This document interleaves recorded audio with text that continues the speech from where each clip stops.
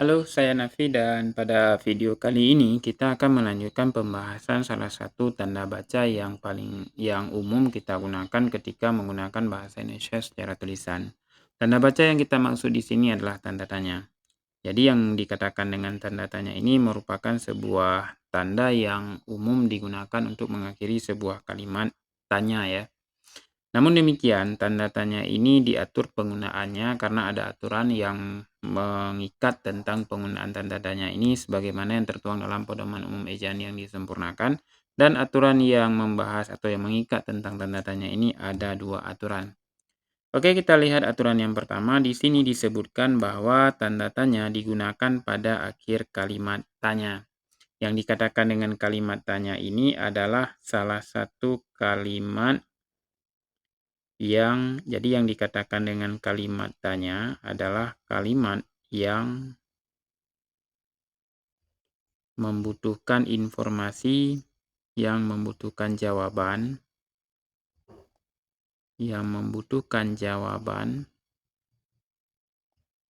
terhadap suatu hal atau keadaan.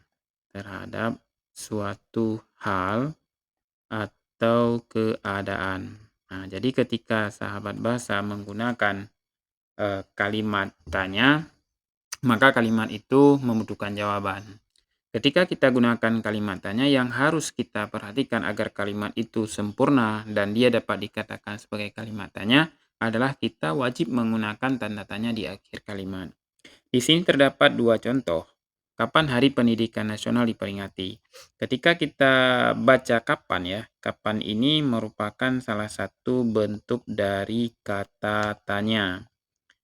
Ketika bentuk kata tanya kapan digunakan pada sebuah kalimat, maka di akhir kalimat ini kita harus menggunakan tanda tanya. Jadi tanda tanya ini digunakan untuk menunjukkan bahwa kalimat itu membutuhkan jawaban dan dia memang kalimat tanya. Kemudian contoh yang kedua, siapa? Siapa pencipta lagu Indonesia Raya? Dan di akhir kalimat ini juga terdapat tanda tanya karena kalimat ini merupakan kalimat tanya. Ketika sahabat bahasa menggunakan tanda tanya untuk mengakhiri kalimat tanya, kadangkala kita lazim atau terbiasa karena ketidaktahuan kita, yaitu sering kita menggunakan tanda titik tambahan di sini. Nah, tanda titik tambahan ini dianggap keliru atau dianggap salah sehingga sahabat bahasa tidak perlu lagi menggunakan tanda titik tambahan jika telah menggunakan tanda tanya. Alasan dibalik itu karena di bawah tanda tanya terdapat tanda titik yang berfungsi dua jenis. Yang pertama sebagai pelengkap untuk tanda tanya, yang kedua sekaligus mengakhiri kalimat tanya. Jadi sekali lagi ketika sahabat bahasa nanti menggunakan tanda tanya untuk mengakhiri kalimat tanya, itu tidak perlu lagi digunakan tanda titik setelah tanda tanya. Karena kalimat tersebut sudah berakhir dengan adanya tanda titik di bawah tanda tanya. Oke, selain dari dua contoh di sini, yang perlu sahabat betul-betul pahami adalah ketika kalimat tanya itu berakhir, gunakan selalu tanda tanya. Namun, selanjutnya kita akan kasih tahu juga, selain dari bentuk kapan, siapa yang merupakan sama-sama kata tanya, terdapat juga bentuk kata tanya yang lain, misalnya ada apa ya, apa, mengapa, mengapa ini sama dengan kenapa ya. Kemudian bisa juga di mana, kemudian bisa juga bagaimana. Bentuk kata tanya ini dia memiliki jawaban khusus kalau misalkan kata tanya di sini kapan ya. Yang tadi itu kan kapan merupakan kata tanya yang menunjukkan waktu. Sedangkan siapa ini menunjukkan orang atau bisa juga kita sebut pelaku. Kemudian apa menunjukkan hal atau topik utama dalam sebuah kalimat. Kemudian mengapa atau kenapa ini menunjukkan sebab, sedangkan di mana menunjukkan tempat. Kemudian bagaimana menunjukkan cara atau proses. Jadi setiap bentuk dari kata tanya itu memiliki jawaban-jawaban masing-masing yang diharapkan. Ketika bentuk kata tanya mulai dari apa, siapa, di mana, kapan, mengapa, bagaimana, itu harus digunakan tanda tanya. Hal ini disebabkan bahwa kalimat tanya dalam studi kebahasaan dia terbagi menjadi dua jenis.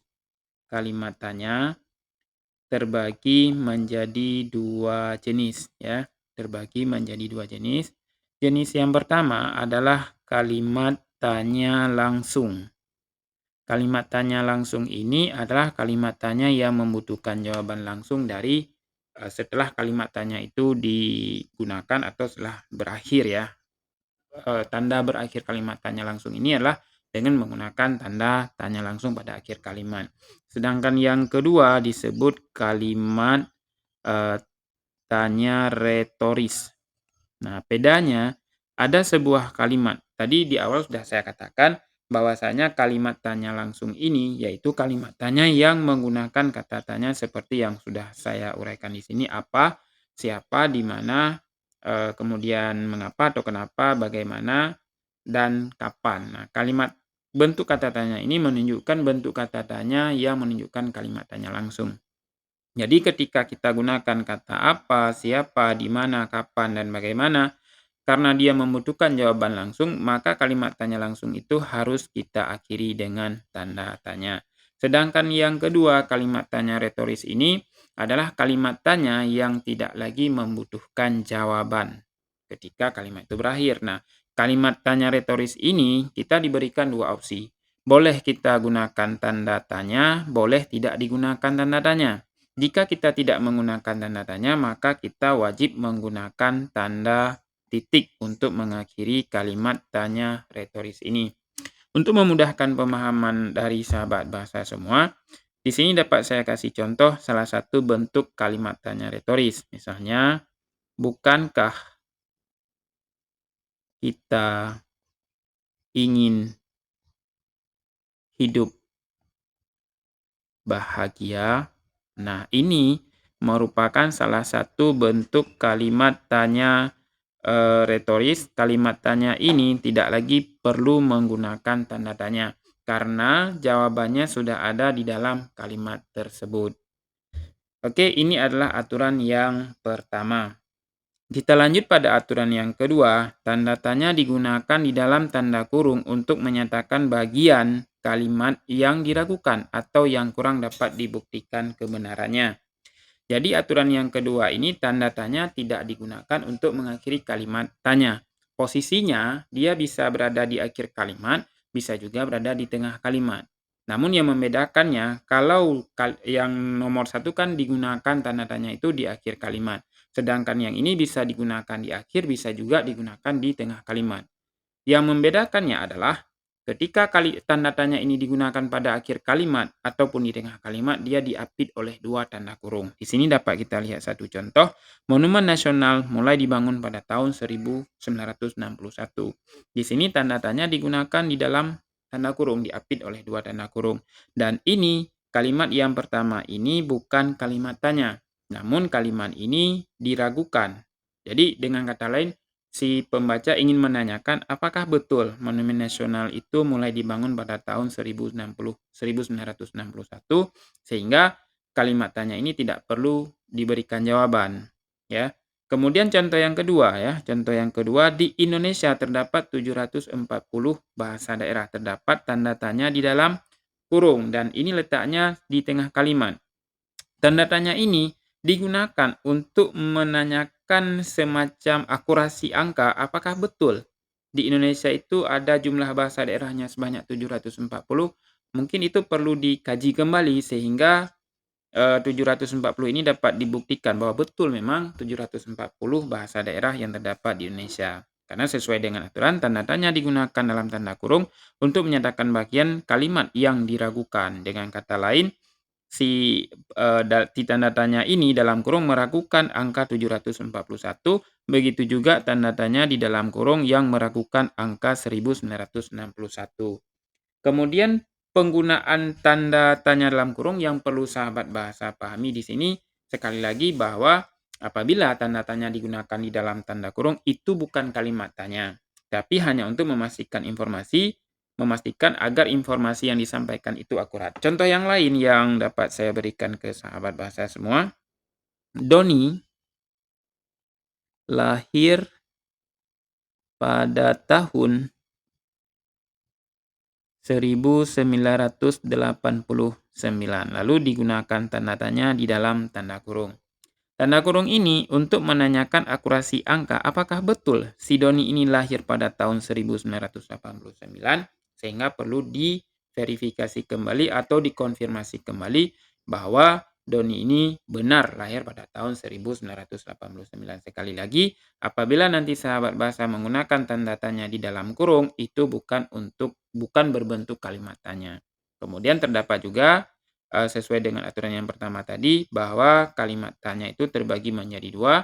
Yang pertama kalimat tanya langsung, yang kedua kalimat tanya retoris. Perbedaannya, kalimat tanya langsung wajib diakhiri dengan tanda tanya karena dia membutuhkan jawaban. Yang kedua kalimat tanya retoris, kita boleh tidak menggunakan tanda tanya untuk mengakhiri kalimat. Namun jika sahabat bahasa nanti menggunakan tanda tanya, silahkan saja. Apabila tidak digunakan tanda tanya, berarti wajib diakhiri dengan tanda titik. Kalimat tanya retoris ini adalah kalimat tanya yang sudah ada jawaban di dalam kalimat itu sendiri. Karena aturan penggunaan tanda tanya ini hanya ada dua aturan atau 2 poin sebagaimana yang tertuang dalam Pedoman Umum Ejaan yang disempurnakan, semoga ini bisa memberikan gambaran tentang edukasi terkait dengan penggunaan tanda tanya ketika sahabat bahasa menggunakan bahasa Indonesia secara tulisan. Sampai jumpa di video selanjutnya.